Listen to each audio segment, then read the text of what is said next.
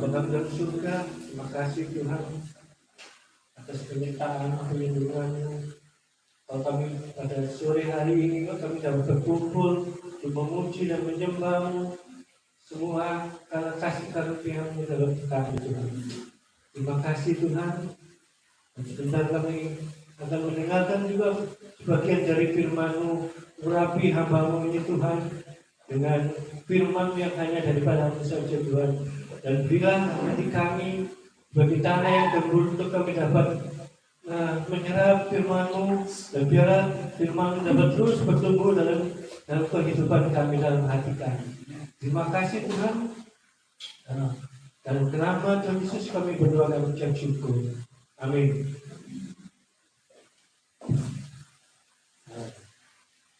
Shalom, saudara. Shalom. Puji nama Tuhan, kalau saya bisa berdiri di tempat ini, saya ucap terima kasih untuk Bu Gembala, Bu Devi, untuk memberi saya kesempatan lagi untuk men-sharingkan firman. Beberapa waktu lalu saya di WA dikasih tahu untuk pembagian firman di sini. Saya sempat kaget juga sebenarnya. Wah, ternyata saya diundang lagi gitu ya. Puji Tuhan. Tadi kalau Pak siapa tadi Pak Webi sudah berikan kesaksian, saya sudah bisa boleh memberi kesaksian sedikit. Tanggal 25 Februari kemarin saya sama istri sudah menikah, dan itu buat saya proses yang cukup buat saya nggak masuk akal. Kalau kemarin bulan November kemarin ya saya baru bebas dari menjahit, dan kalau saya untuk punya rencana untuk menikah di bulan Februari, saya sempat tanya Tuhan apa bisa Tuhan saya melakukan pernikahan ini, karena waktu itu saya bebas, tidak punya apa-apa Tuhan, tidak punya uang, tidak punya, saya juga nggak kerja, saya cuma mengandalkan dari istri saya waktu itu. Mobil juga nggak ada, dan saya juga nggak bisa nyetir sepeda motor, jadi kemana-mana naik sepeda motor dia yang nyetir. Sampai akhirnya kita berdua mengatakan kepada keluarga kalau akan menikah pada bulan Februari. Kita mulai planning, dan sampai akhir hari hanya saya heran sama istri, dikasih tahu semua sudah lunas. Segala keperluan pernikahan itu semua sudah terlunasi, dan itu buat saya, wah, kemurahan Tuhan memang luar biasa. Sampai saat detik ini, kemarin saya ada kendaraan, saya cuma bilang sama Tuhan ini gimana kalau nggak ada mobil, kemana-mana susah. Mau apalagi ini hujan, mau pergi naik sepeda motor hujanan, paksa naik Grab. Jadi saya ngomong sama Tuhan gitu, Tuhan kasih mobil, tapi mobilnya sewanya di Grab. Dan saya kerjanya sekarang ya jadi driver Grab. Tapi puji Tuhan saya sangat menikmati apa yang Tuhan sudah sediakan dalam hidup saya, biarpun nggak melimpah, biarpun secara materi biasa-biasa saja, tapi buat saya itu suatu berkat yang luar biasa yang melimpah dalam hidup saya. Ya, dan selama proses ini yang ingin saya sampaikan kepada jemaat di sini, kalau kita diproses Tuhan, janganlah kita lari dari proses. Karena kalau kita tahan uji, Tuhan akan menyediakan rancangannya yang indah. Jadi rancangannya bukan seperti yang kita bayangkan, seperti apa yang kita rencanakan, tapi Tuhan punya rancangan sendiri buat kita. Dan ini yang saya alami. Dan saya nggak cuma ngomong toh, tapi saya juga pernah alami hal itu dulu. Dan puji Tuhan, kalau saya bisa berdiri di tempat ini juga suatu kemurahan Tuhan. Mari kita buka firman Tuhan.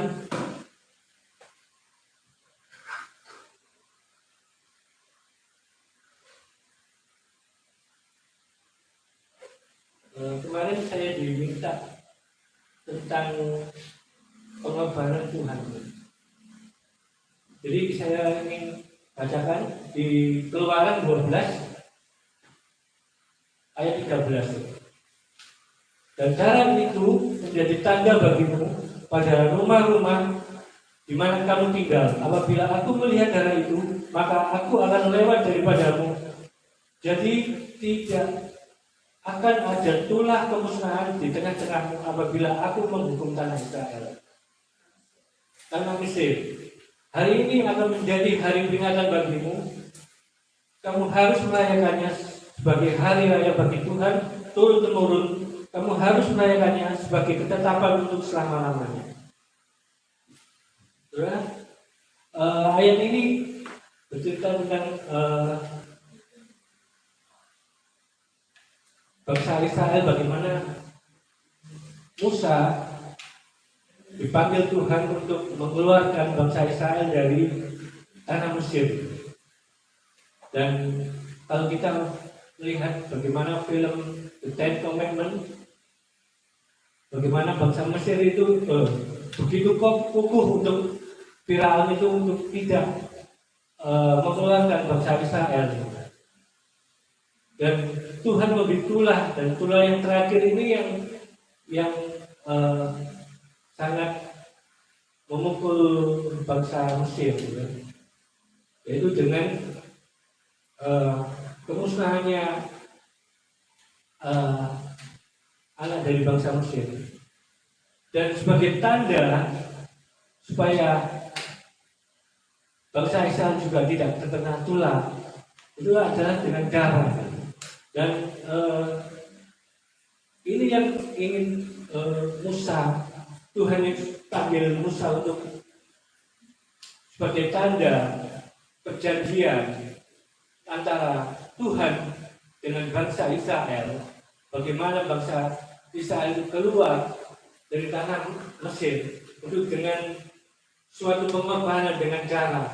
Dan kalau kita bisa baca juga bagaimana Tuhan Yesus juga mengadakan perjanjian dengan kita di perjanjian baru. Karena perjanjian ada dua, satu perjanjian lama dan perjanjian baru. Dan ini yang kedua. Dan ketika mereka sedang makan, Yesus mengambil roti, mengucap syukur, mengucap berkat, memecah-mecahkannya, lalu memberikannya kepada murid-muridnya dan berkata, ambillah, makanlah, inilah tubuhku. Setelah itu ia mengambil cawan, mengucap syukur, lalu memberikannya kepada mereka dan berkata, minumlah kamu semua dari cawan ini, sebab inilah darahku dan perjanjian yang ditumpahkan bagi banyak orang untuk pengampunan dosa. Saudara, inilah bukti kasih setia Tuhan kepada kita manusia lewat pengorbanannya, lewat pengorbanannya di kayu salib juga, dengan mengadakan perjanjian. Dan ini adalah perjanjian ini yang kita dapatkan cuma dengan kita, semua merasa diberkati dari kalau dari Ismail keturunan Abraham itu juga diberkati Tuhan. Tapi yang menjadi perbedaan antara kita dengan mereka adalah perjanjian ini. Dan perjanjian inilah bukti kasih setia Tuhan. Kalau kita baca dari ayat perjanjiannya dengan Musa, dengan perjanjian dengan yang Tuhan Yesus yang sudah adakan di Paskah ini,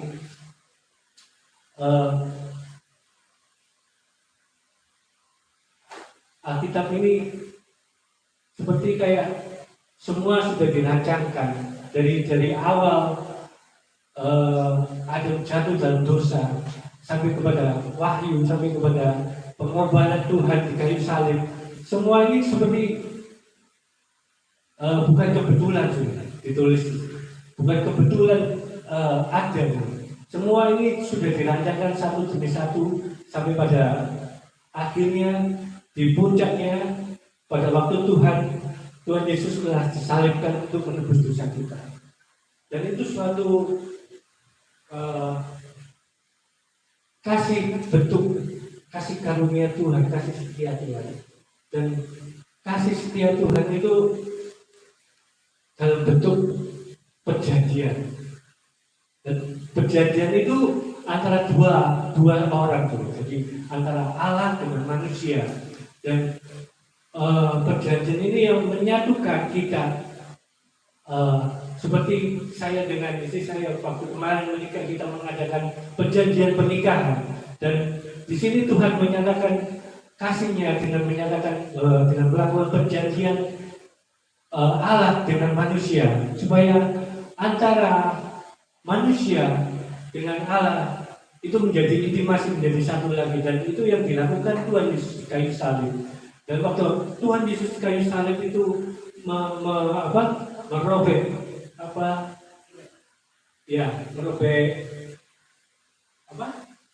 tirai bait Allah, saudara. Dan itu yang memisahkan antara ruang kudus dengan ruang maha kudus, saudara. Dan itu yang bisa mengembalikan kita sesuatu yang hilang pada waktu Adam jatuh dalam dosa. Dan waktu Adam jatuh dalam dosa, yang hilang apa saudara? Yang hilang hubungan Allah dengan kita. Dan itu yang Tuhan kembalikan. Tuhan yang membuka lagi tabirnya. Waktu kalau kita mengadakan pernikahan itu seperti kan ditutup sabu ya. Ya, dan waktu kita setelah mengadakan perjanjian pernikahan itu dibuka. Dan ini yang menjadi tujuan utama Tuhan Yesus datang ke dunia. Dan semua itu bukan suatu kebetulan. Kalau Tuhan Yesus lahir di kandang, kenapa kandang domba, bukan kandang sapi atau kandang onta? Kenapa kandang domba? Karena itu suatu gambaran kalau Tuhan Yesus itu datang sebagai domba, anak domba yang dikorbankan untuk kita semua. Dan ini yang jadi kebaikan kita, supaya kita mengenal Tuhan lebih dari segalanya. Dan perjanjian itu ada 3, saudara. 3 perjanjian yang Tuhan sediakan. Pertama, perjanjian kasih. Mari kita buka di 1 Samuel 18. Bisa tampil.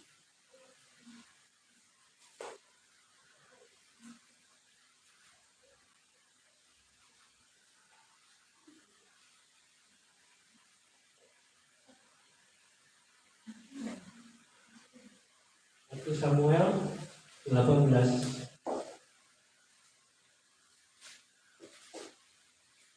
ayat 1 sampai 4. 1 Samuel 18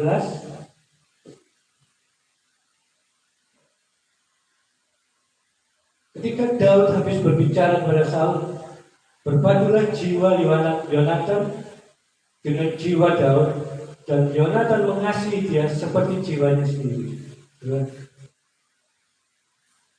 Dan dalam perjanjian itu ada yang namanya kasih. Dan kasih itu berpadu menjadi satu. Jadi 2 menjadi 1. Dan itu perjanjian kasih. Dan Yonatan mengasihi dia seperti jiwanya sendiri. Itu seperti Allah mengasihi jemaatnya, saudara. Dan Yang ayat ketiga, Yonatan mengikat perjanjian dengan Daud karena dia mengasihi dia seperti dirinya sendiri, dan Yonatan meninggalkan jubahnya yang dipakainya dan memberikan kepada Daud. Saudara, ini yang diberikan Tuhan juga kepada kita, yaitu jubah. Jubah itu berbicara tentang status. Pada saat Tuhan mengadakan perjanjian dengan kita, Tuhan itu mengembalikan status kita yang awalnya kita ini orang berdosa, dikembalikan lagi kembali statusnya sebagai anak Allah. Dan bagaimana bagaimana kita berterima kasih. Sebenarnya kalau kita baca ayat ini, bagaimana kita membaca pengorbanan Tuhan. Buat saya nggak pantas buat menerima kebaikan Tuhan, buat menerima pengorbanan Tuhan. Buat saya itu saya nggak pantas. Saya terlalu kotor, terlalu berdosa. Dan bagaimana Tuhan begitu mengasihi, dan kasih itu yang mengubahkan segalanya. Kalau kita menjadi satu sebagai suami istri, Tuhan ini bukan cuma mengasihi, tapi ingin mempunyai kita untuk menarik kita menjadi kepunyaannya. Kalau saya kemarin menikah dengan istri saya, dia jadi punyaku loh. Dan gak ada orang yang mau yang boleh ganggu, ya kan gitu ya. Kalau ada yang ganggu, nggak berani ganggu. Apa kamu ini punyaku, ya kan? Kan gitu. Begitu juga Tuhan, ya. Kuasa iblis itu tidak berkuasa dalam kita. Itu sebabnya dia mengorbankan dirinya. Kuasa Tuhan iblis itu cuma bisa ngintip di luar. Dia nggak berani, nggak bisa untuk menguasai hidup kita, nggak bisa untuk menarik kita. Iblis itu cuma bisa ngipasi kita. Dia nggak berkuasa. Tapi kita yang seringkali kobong dengan kipas-kipasnya iblis itu. Maka dari itu sekali lagi, bagaimana kita mengingat bagaimana Tuhan mengadakan perjanjian kepada kita supaya kita ini loh, aku sudah jadi punyaku, sudah jadi punya Tuhan. Dan kita harus ingat itu setiap kali kita ingin melakukan dosa atau tergoda untuk suatu dosa itu. Dan berikutnya, di dalam komponen itu ada kekuatan, bagaimana perlindungan Tuhan. Ayo kita baca di 2 Raja-Raja 19.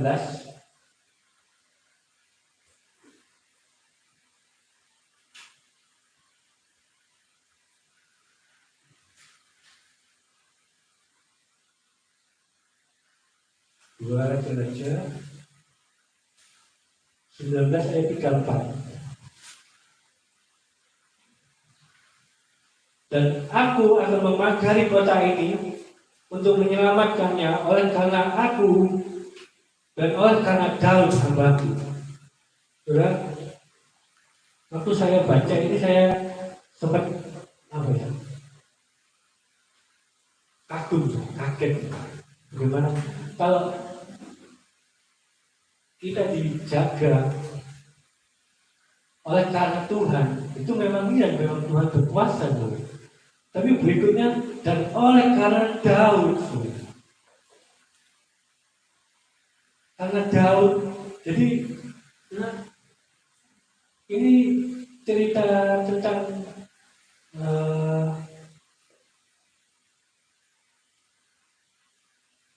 bangsa Israel akan dihancurkan dengan bangsa Asyur. Dan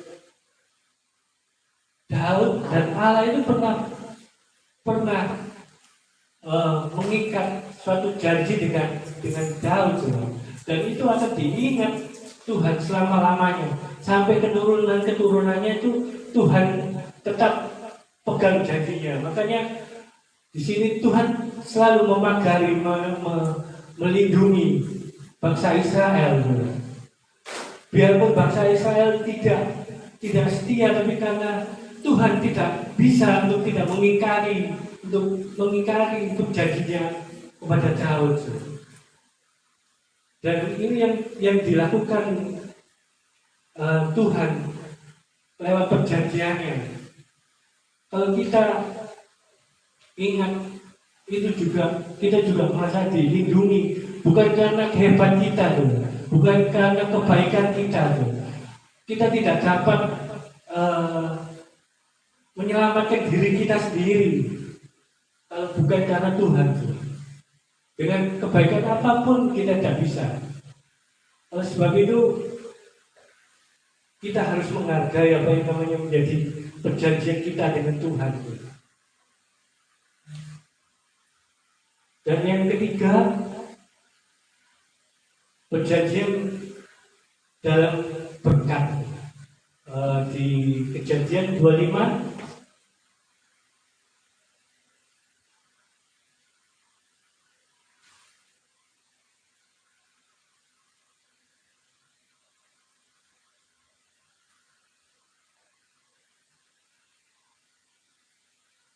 Kejadian 25 ayat 5.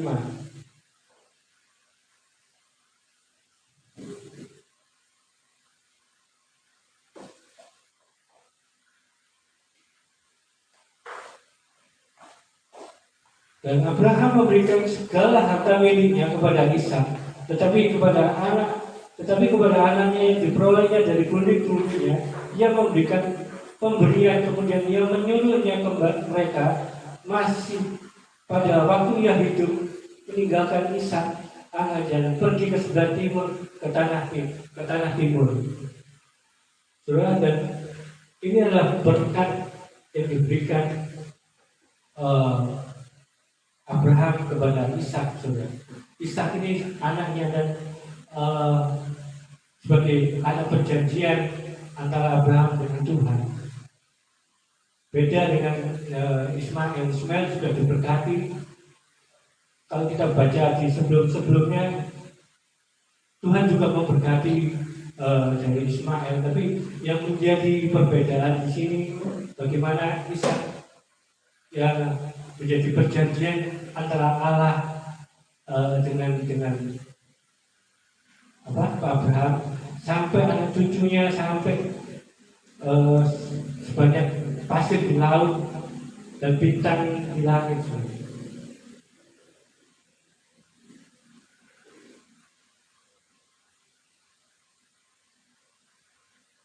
Dan kalau kita baca di Keluaran 24 ayat 10.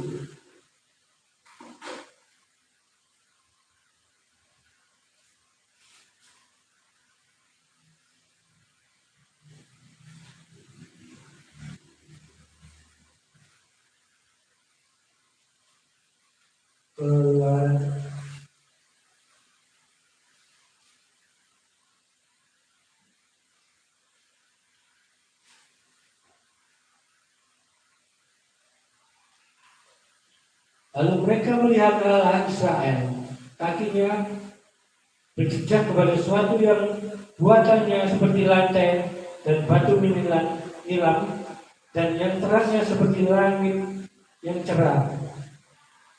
Kalau kita baca di ayat sebelumnya, kemudian Musa mengambil darah itu dan menyiramkannya kepada bangsa itu serta berkata, inilah darah perjanjian yang diadakan Tuhan kepada kamu. Berdasarkan segala firman ini,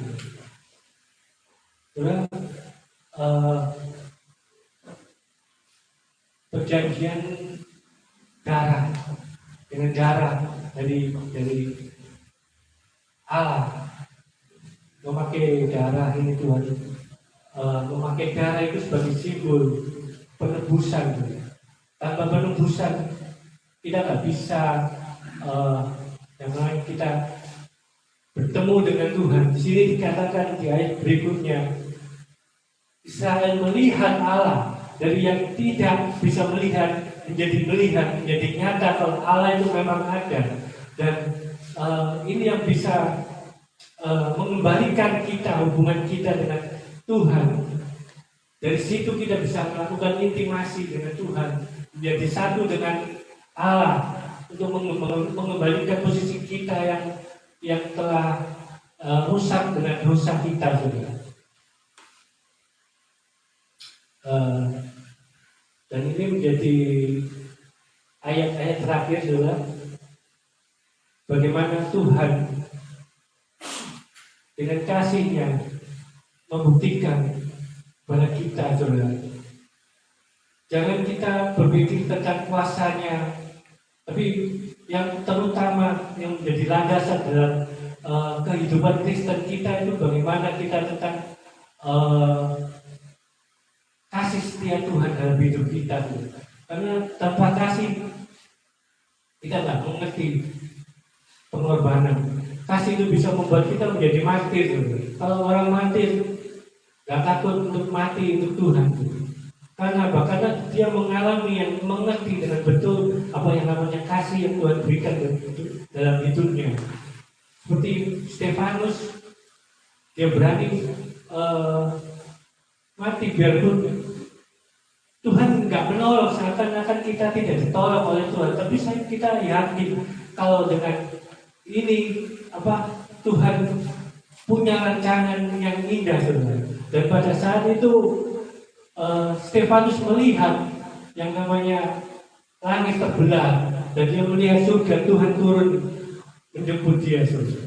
Dan itu kasih karunia yang luar biasa buat seorang Stefanus mengorbankan dirinya. Dan sekian firman Tuhan. Saya udah berdoa.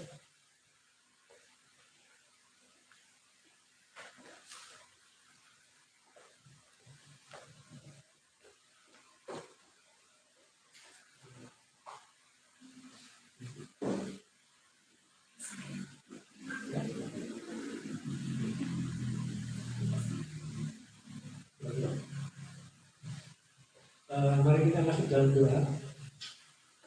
Bapa kami dalam surga, terima kasih Tuhan. Firman-Mu biarlah terus kerja dalam hidup kami, Tuhan. Hamba-Mu setelah selesai berbicara dan biarlah Firman-Mu terus bekerja dan tidak akan sia-sia apa yang telah kita lakukan dari firman ini. Terima kasih Tuhan, dan biarlah dari firman-Mu ini kami mengerti tentang pengorbanan-Mu dan juga perjanjian-Mu terhadap darah Tuhan yang telah tercurah untuk hidup kami, untuk menembus segala dosa-dosa kami. Terima kasih Tuhan. Dalam nama Tuhan Yesus kami berdoa. Amin.